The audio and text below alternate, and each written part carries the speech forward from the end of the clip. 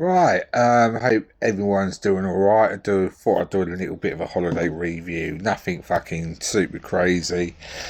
Um, while I've got a moment, more or less a brief rundown. This is the Smock Arco E1. Um, I'm sure you can see the writing. La, la, la, la. Simple little pod kit. I think it's kind of fresh off their Nova range, you know, that kind of style. The pods are a little bit easier to get into. One thing I will say about these little 0.6s of theirs, 18 to 21 watts, they absolutely bleed juice like it's nothing. But another positive thing about these things, their saturation is fantastic.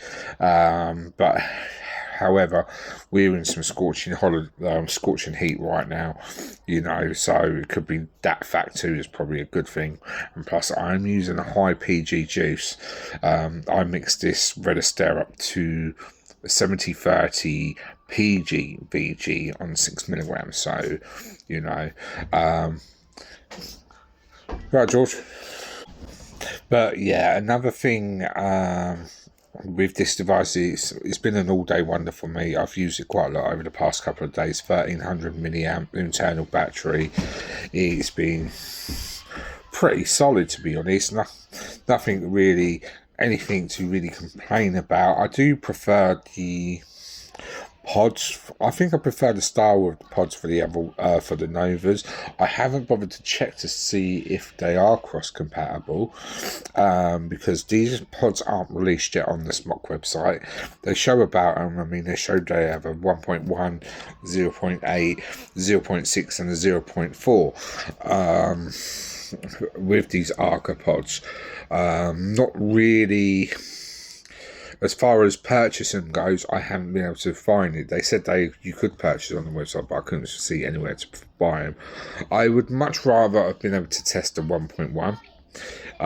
But as far as it goes so far, it's a very small, very light little device. 1300 milliamps is tiny. As I said, it's very small, very light for such a big battery. The airflow system's pretty tidy. You could get a good mouth to lung with the 0.6, but it might be quite heavy on the vapor. Yeah, so the kind of moderate restricted direct lung kind of thing would probably be a bit more favourable. Yeah, any down points? It's another pod kit on the market. That could be a down point.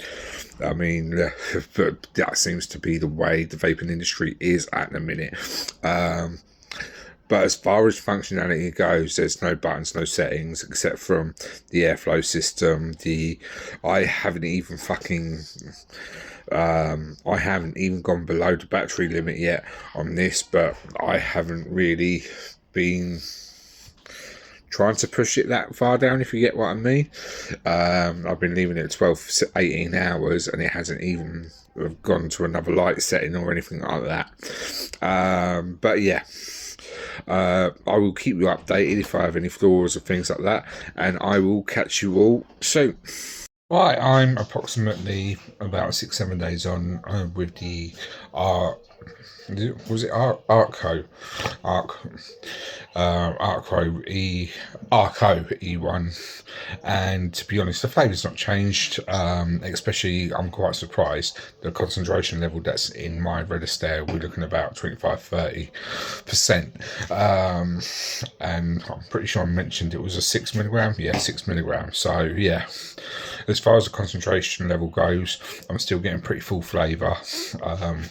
Usually I would have thought with this kind of concentration level, the pod would have been dead by now, usually. But it's still rocking on pretty well.